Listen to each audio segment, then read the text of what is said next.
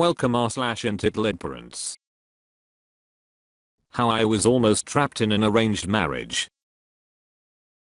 I grew up in a cult that believed, among other things, that women were the property of men, and children were the property of parents. So as an unmarried daughter, I was basically a cherished slave. I ran the house, meal planned, cooked and even homeschooled my youngest siblings, all while trying to homeschool myself through high school.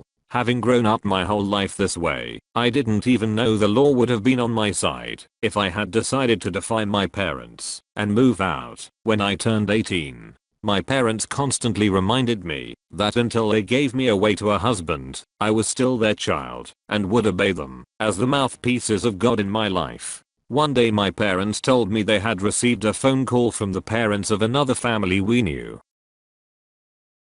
Their oldest son had noticed me and wanted permission to court me, so per protocol, the parents would talk to each other, then each talk to their kids, and arrange the whole thing. My mom was beaming with pride, but I thought about it for a little bit, and said I didn't want to do it. Mom's smile disappeared and she cried, "What? Why?" I gave her my reasons, very good ones I thought, but my mom wasn't satisfied, and told me I was not allowing God to work in my life, and that I should just obey them, and trust that God's will would be done. Being the good girl I was, I relented and said yes. Then followed a week or two of awkward family gatherings between our two houses, because this version of courtship never allowed for the couple to be alone together.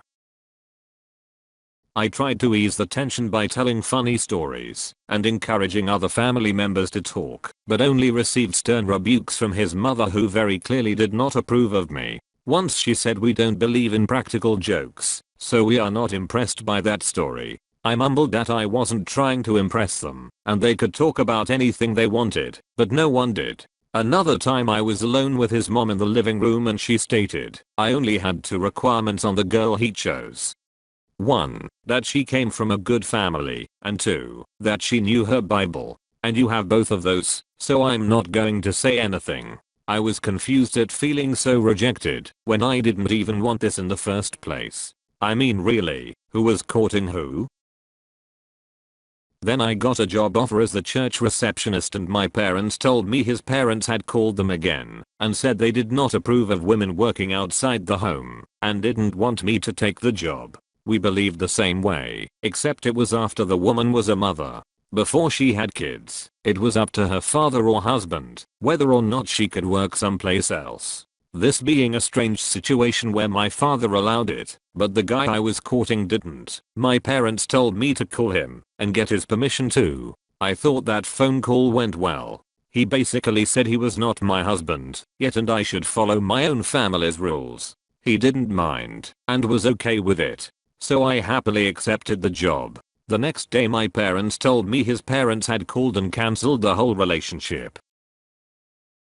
It felt weird to get dumped without ever hearing from the guy dumping me, but it solved my problem, and I moved on a little confused, and definitely not in the mood for anyone else to court me. 2 years later, at 19, I still wasn't married, shocker, and his family thought that meant God was saving me for him. The whole scenario repeated itself, but this time, my dad insisted that the guy court him first, so he could decide if he was even good enough for me before my heart got broken again. My dad told them, until he made a decision one way or the other, he did not want any of them to contact me and tell me what was going on.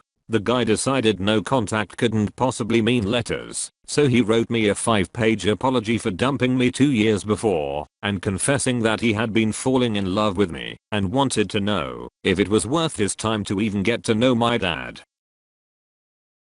My parents saw his name on the envelope and confiscated the letter before finally deciding it was too late, and they explained the whole thing. I was honestly insulted that a guy I had barely seen in 2 years would say he loved me, but doubt if it was worth his time to follow my family's requirements to court me. Especially after the last time he tried it, his family made me feel like trash. We agreed to meet at a local restaurant and agree on the terms of the relationship and decide if we even wanted to try it again. I sat on one side of the table with my parents on either side of me. He sat on the other side with his parents on either side of him. It felt like we had lawyers.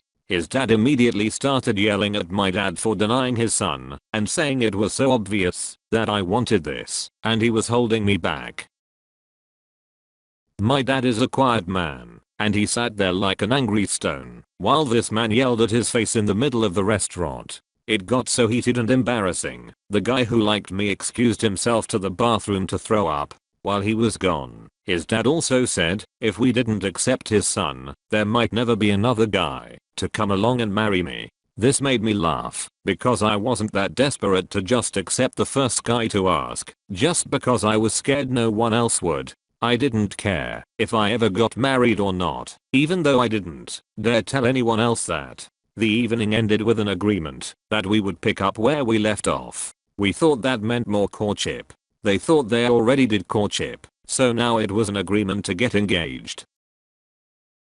The mistake quickly revealed itself a few days later when another guy friend I had, new guy, emailed my dad himself and asked permission to court me. My dad told me I should tell the guy I was courting and ask him if I could stay friends with a guy who liked me but who I had rejected.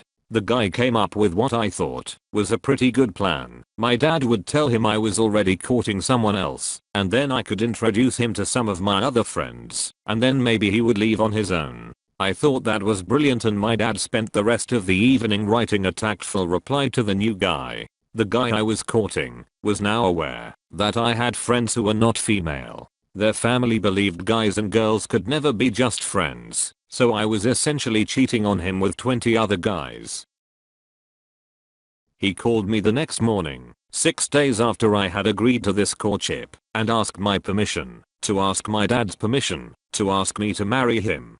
Basically the lamest over the phone proposal ever. He said he was in love with me and we didn't have to get married right away, but that I would just be his and have a ring on my finger so no one could take me away from him. I told him I was flattered that he thought he loved me and I wished I could say I loved him back, but I didn't. It had only been 6 days and I hadn't even decided how I felt about him yet. His voice changed instantly and he angrily snapped, asking if I was still talking to that guy who also liked me. I was shocked. I had never seen this side of him before. That's why it should take longer than 6 days to find a spouse, kids. I tried telling him that my dad had only just replied to his email and I hadn't had a chance to introduce him to my friends yet. He said that wasn't the plan. We agreed you wouldn't talk to him anymore. I shut him down and said, "Whoa, I'm only doing what you told me to do. We are not engaged yet. I talk to lots of guys, and it doesn't mean anything romantic. We are just friends." His voice quieted down, but still sounded bitter, and he said, "Well, if you can't agree to not talk to any other boys and only talk to me, maybe we shouldn't call this courting right now. Maybe we shouldn't." I replied. We agreed that I would take a week to think about it and call him when I had made my decision. Marry him and forsake all the male friends I had known since I was 5, or cut off the relationship for the second time. I told my parents what happened, and they tried to convince me to just do what he wanted, but I finally yelled at them for the first time in my life that I was not going to marry anyone I did not love. My dad was angry, but my mom sent me to my room and said we could talk about it later. I had a week. After all, I was very sad. The only reason I was considering it was because my parents insisted it was God's will, and I really wanted to do what God said. But at the same time, this family seemed even more strict than my own, and I would also miss all my old friends. There was so much to think about. About an hour later, I got 2 calls from this guy's mother, which I'll let go to voicemail. I didn't want to talk to her right then. Next thing I know, my little brother came up holding the house phone, saying it was the guy's mom, and she demanded to talk to me. She scolded me for a long time, saying I had cheated on her son, and that he had called off work this morning because he was worried sick over calling me and asking me to marry him. She all but called me a harlot because of all the guys I was talking to, while I tried to tell her I was not in a relationship with any of them. Guy's mom, you cheated on him. You are in a relationship with every person you meet. Me, but not every relationship is a romantic one. Guy's mom, between guys and girls, yes. For example, my husband is my best friend and I would never talk to other men, and neither would your mom. Me. Oh yes she would. She talks to other men all the time and she's friends with lots of people. Guy's mom. Well, I'm shocked. I honestly thought better of her than that. She then demanded to know why I needed 7 days to pray about whether or not to marry her son. Guy's mom. God doesn't take that long to answer prayer. It sounds like you already know how you feel, and you're just too scared to say it. It should take a day or two at the most. Me. Look, your son agreed to let me have a week. If he can't do that, then the answer is no. Guy's mom. Well, let's not be too hasty. I thought, who's being hasty? I wanted a week.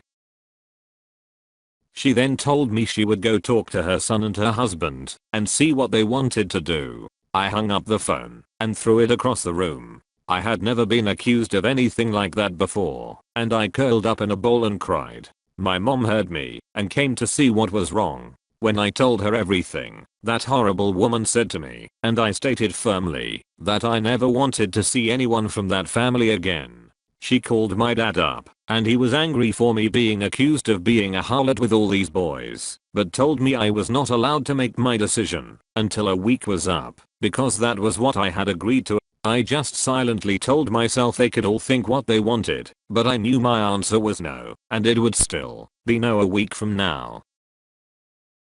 He called the family back and told them none of them were to contact me in any way, shape, or form for the whole week, and when I had made my decision, he would call them and let them know what it was. They were angry, but they never contacted me again. Almost 2 years later, I married the new guy who had emailed my dad. Remember him?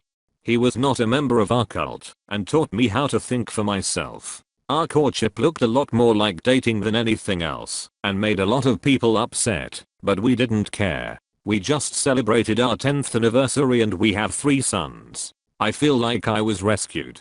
I grew up in a cult. My parents wanted me to marry some guy I barely knew. I put up with it for way too long until it just got too ridiculous.